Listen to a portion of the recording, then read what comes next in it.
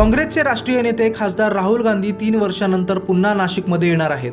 त्याला निमित्त आहे जिल्हाध्यक्षांच्या कार्यशाळेचं। राजकारण्यांच्या दृष्टीनं नाशिक नेहमीच केंद्रबिंदू ठरला आहे।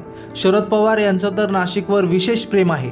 ग्रामीण भागात त्यांना मानणारा मोठा वर्ग आहे। राज ठाकरे यांनी शिवसेनेतून बाहेर पडल्यानंतर मनसेची स्थापना केली आणि या शहरावर काही काळ राज्य केलं।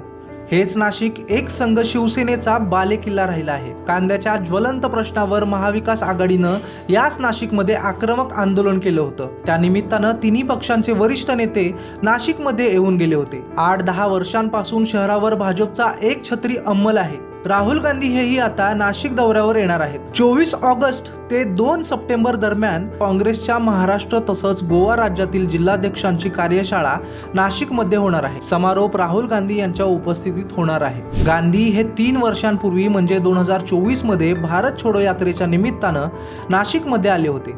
त्यावेळी शहरात रोड शो आयोजित करण्यात आला होता। मोठ्या प्रमाणात गर्दीही झाली होती। स्वर्गीय राजीव गांधी हेही 1986 मध्ये नाशिक दौऱ्यावर आले होते। दुष्काळग्रस्त भागाची त्यांनी त्यावेळी पाहणी केली होती। स्वर्गीय इंदिरा गांधी ह्याही नाशिकमध्ये येऊन गेल्याची नोंद आहे।